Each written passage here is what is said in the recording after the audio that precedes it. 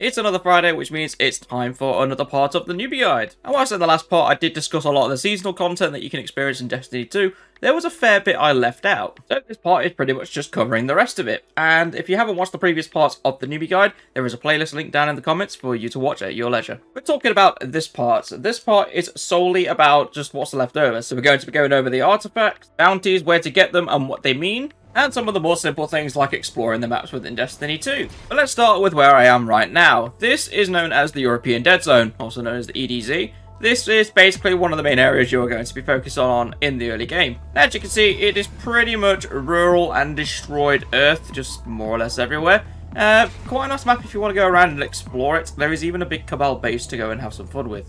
And besides it being riddled with loads of enemies, this is probably the most common area you're going to go to, which is the big church where a very well-known NPC is kept, and his name is Devrim K. Devrim is one of the many NPCs you'll find in multiple different areas, so just to run it down very quickly. On Nessus, there is Failsafe. On the Moon, there is Eris Morn. Cosmodrome is Shorhan, EDZ we've just spoken about. Savathun's Throne World, if you've got the Witch Queen DLC, is Finch. Europa, if you've got the Beyond Light DLC, is Varix. Neptune, if you have the Lightfall DLC, is Nimbus. Eternity, if you have the 30th anniversary, you could technically class Xur as the vendor. The Dreaming City has Petrovenge. And for the last three nodes at the top, which is Vanguard, Gambit, and Crucible, these are all located in the tower, which I mentioned previously. You have Zavala as the Vanguard bounties, Jax, who does the Crucible bounties, and then the Drifter, who does the Gambit bounties. You then have Banshee 44, who will give you Gunsmith bounties, which is basically just get kills with certain weapons. And then there's Hawthorne, but there is no image of her. It is just literally this little card.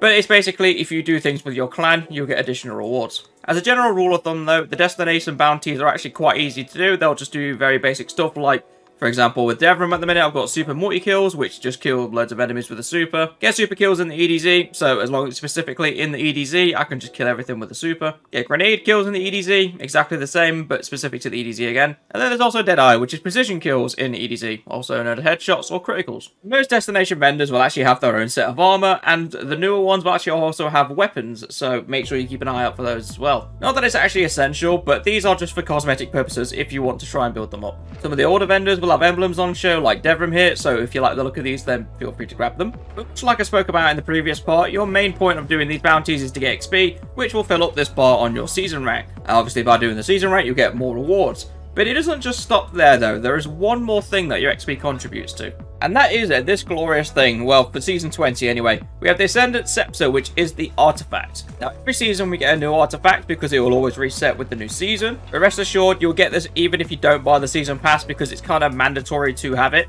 And the reason I say that is because all the champion mods are tied to it. It would be a bit difficult to do any kind of difficult areas if you didn't have the champion mods. But of course, they're not called mods anymore. They've actually been changed. So I'm actually going to go over these because mods are going to be something I discuss in the next video, which means yes, we'll be discussing buildcraft in the next part. But in this part, I'm going to talk about the perks of the artifact because it has been changed to a point where it is something completely different. So just for the purposes of explaining this, I'm actually going to reset my artifact and you'll see what I mean. So as you can see, I've actually got all 12 unlocked, but as you accrue XP in the bottom right hand corner, you have different options that will open up. So I've got artifact unlocks 12 out of 12, but also a power bonus of plus 15. Now your power bonus is pretty much what it says on the tin. It's just an additional bit of power that applies to all your characters because you basically share the XP across the entire account, so the power bonus is the same for each character. Excluding gear, of course, because gear you have to level up individually, but still. And when you start with your artifacts, you won't have all 12 unlocked, you will gradually unlock them. But the way that you actually use them is different as well. When you come into unlocking your first mod, you need to think about what you're going to use them for. Fortunately for new players, you don't really have to worry about this too much because you won't be doing difficult activities that require you to have these perks in the first place. But let's say, for example, you bought the Season Pass and you're running the Battlegrounds and an Overload Champion appears. What Overload Champions, you might ask? They are annoying, is the short and simple answer. They're basically like a mini-boss enemy that will not stop charging you and also regens their health at a ridiculous rate, so don't bother trying just mowing them down. On easier difficulties, you could probably neglect the fact that they're overload and just chew through their health anyway. But honestly, using these perks just make it a whole lot easier. Which is where this first perk is going to come into it. Overloaded, also slash SMG. What this basically does, it will give you an overload round for your auto rifles and SMGs, which will allow you to stun overload champions. Obviously, if you want to read it more in depth, the entire description is there. But there are also two different types of champions as well. So for example, the Unstoppable Scout Rifle perk. That basically implies that there are unstoppable champions. As for what unstoppable champions are, they are basically like overloads, but they will charge you. They're just relentless. But unlike overloads, they don't actually recharge their health. they are just extremely tough to take down unless you stun them. And then finally, the bane of my existence is the anti-barrier champions. Now these guys always seem to break me when I run something challenging, because every single time I get them low, they pop out a barrier, and then I remember I don't have an anti-barrier weapon on me, and they just get their health back. Which is basically their gimmick. When they get damaged a certain amount, they will pop up a barrier shield which can't be broken unless using an anti-barrier weapon. And if you don't pop this barrier straight away, guess what? They regenerate all their health. Which effectively means you have two strategies. One, you can either break their shield with an anti-barrier weapon, or two, annihilate it in literally seconds. And if you have the Lightfall DLC, you have option number 3 as well, which is suspend them, because apparently suspend works with just about everything. Apart from overloads, of course, they still regenerate their health. But let's say, for example, you want to unlock one of these perks. It is literally just simple as hover over it, click it, there you go, your perk's unlocked.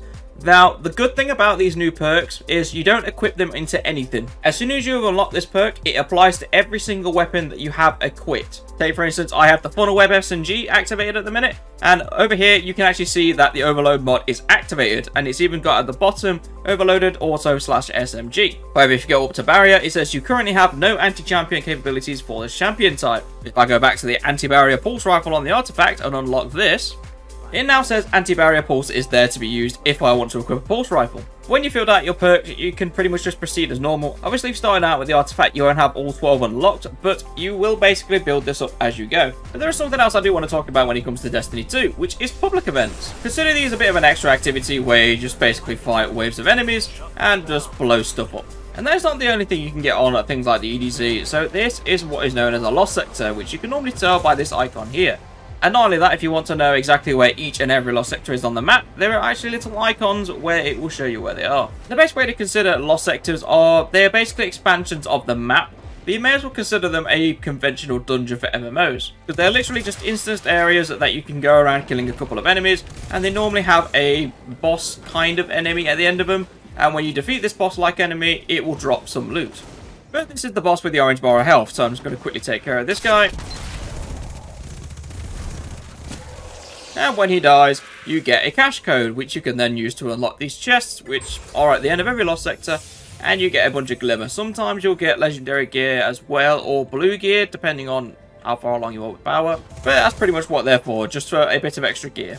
As a side note for lost sectors, however, if you do come across this little thing that's called Legend Lost Sector, try these at your own peril, because as you can see, it is recommended power 1830, so it is not intended for you to do if you're just starting out the game. However, this is something I definitely encourage you to build yourself towards. And the reason for that is because the Legend Lost Sectors actually drop exotic armor. And this is for all classes as well, especially when it comes to Bungie releasing new stuff. They will normally put something in the Lost Sector rotation as well. So if you're farming the Legend Lost Sectors, there is a very good chance you'll end up getting this very early. You know, if RNG blesses you and all that, because even sometimes this game's horrible like that.